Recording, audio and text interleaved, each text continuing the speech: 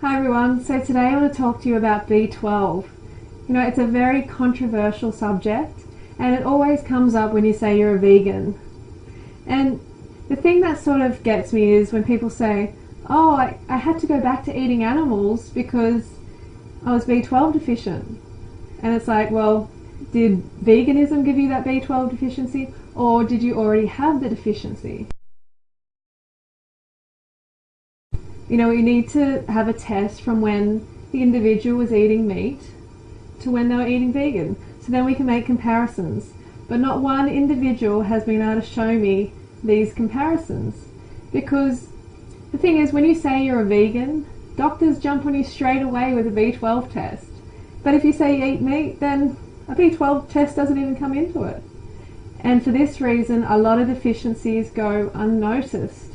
It has become an epidemic in society.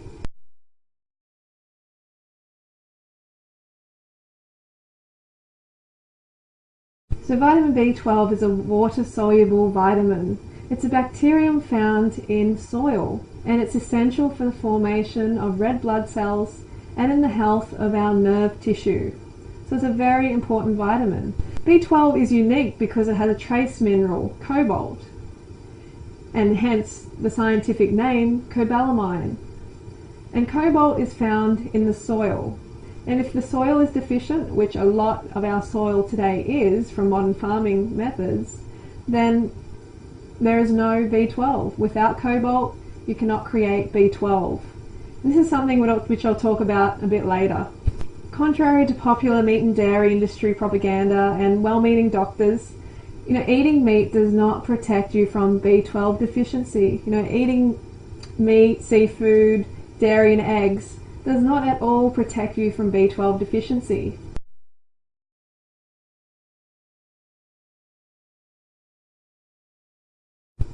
The thing is, meat eaters have not been routinely tested like vegans. So all these deficiencies are going on, but they're not being tested for. So this is a really big problem. And just rest assured that you don't need to go back to eating your friends to get B12. This is just, it's a terrible thing that people do because they're fearful, and I understand that.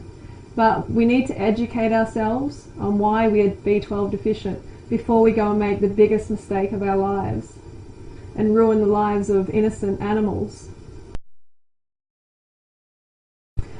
A recent Tufts University study in Boston actually found that 39% of Americans are B12 deficient, and most of the people in the study had a low level of B12.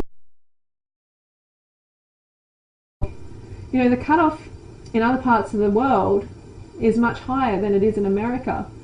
So if those people were tested in another country, they would all be deficient.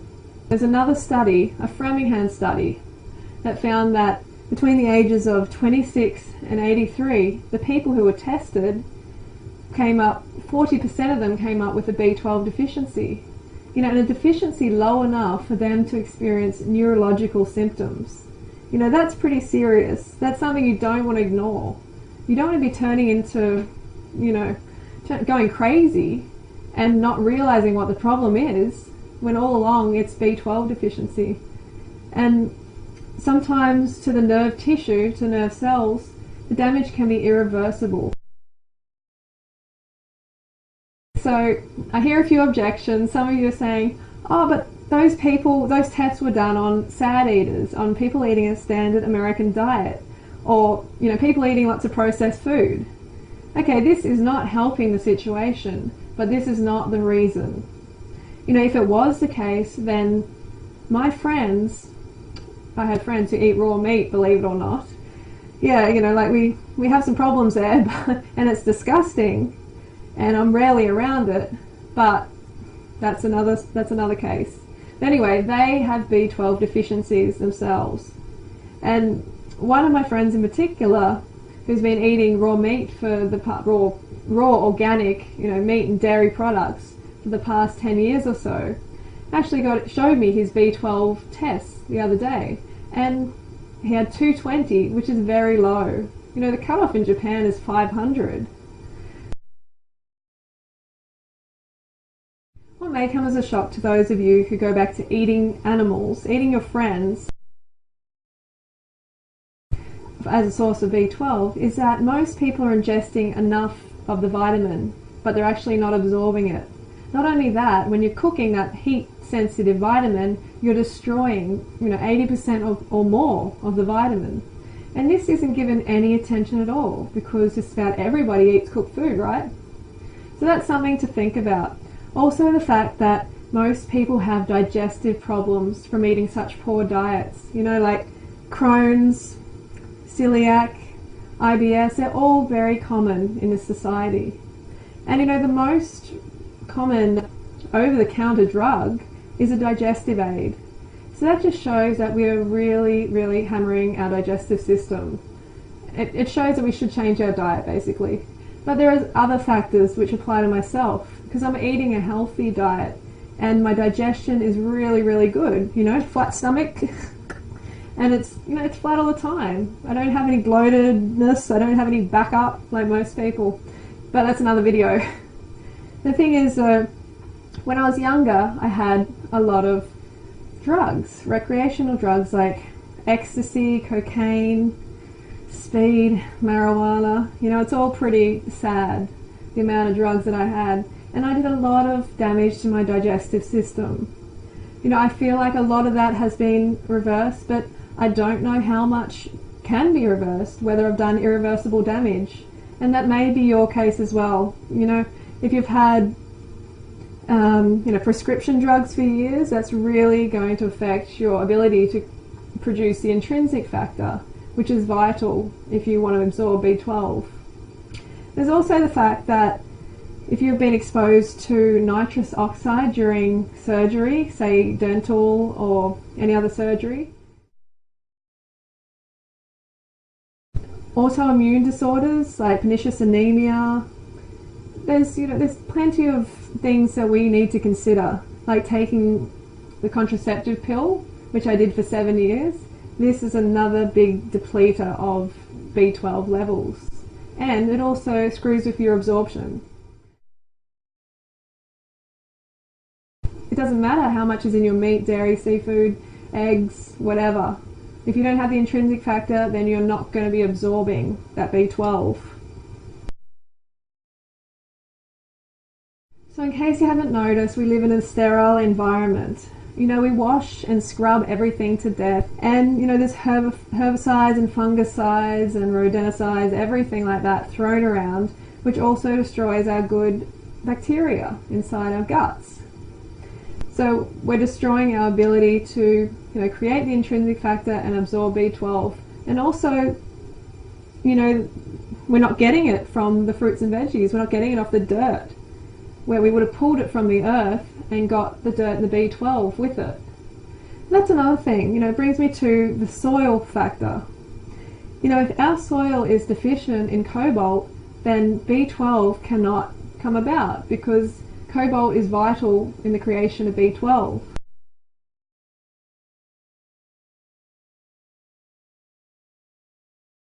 And about 60% of our soil has been depleted of cobalt due to modern farming methods like meat and dairy industry is famous for. Okay, so accurate testing. This is a really important one, because many doctors aren't trained sufficiently in B12, and the standard B12 test is a serum B12 test, and it is not sufficient to rule out B12 deficiencies. People go and get this test and they're like, oh yeah, I'm fine, and then they go off, but it's actually very, very dangerous. So the tests that are vital to rule out a B12 deficiency are urinary MMA, homocysteine levels. So if your homocysteine level is elevated, then it's likely that you have a B12 deficiency. And also the serum B12. So urinary MMA, serum B12 and homocysteine levels. So these are required to rule out B12 deficiency. There may be a little bit of cost involved, but seriously, if it means that you're going to get healthier, then of course it's worth it. Okay, so that brings me to supplementation. I used to be of the of the thought that, I can't take supplements. They're not pure, they're not natural. And I understand people feeling that way, but it's a purity mentality which can really get you into trouble. If you haven't noticed, we don't live in some fairy tale. We basically live in a toxic environment, and we don't live how we're meant to. So what I do is I do my best in a world that is unhealthy.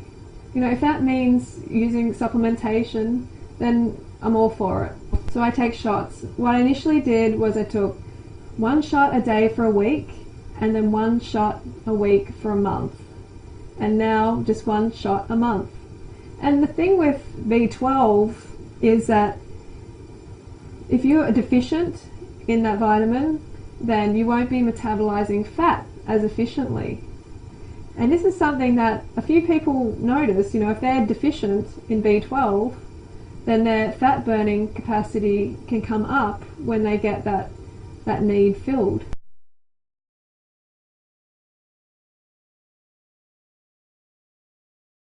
So there's 2 types that I would recommend, and that's a sublingual, which goes under the tongue, or a shot, which is generally done into the intramuscular, into the shoulder.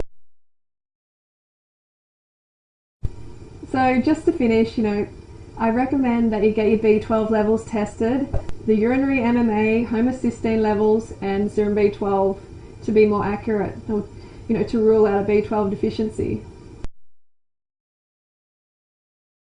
Remember, meat will not give you B12. It's not going to just all of a sudden you eat the meat and your B12 levels go up. It doesn't work like that.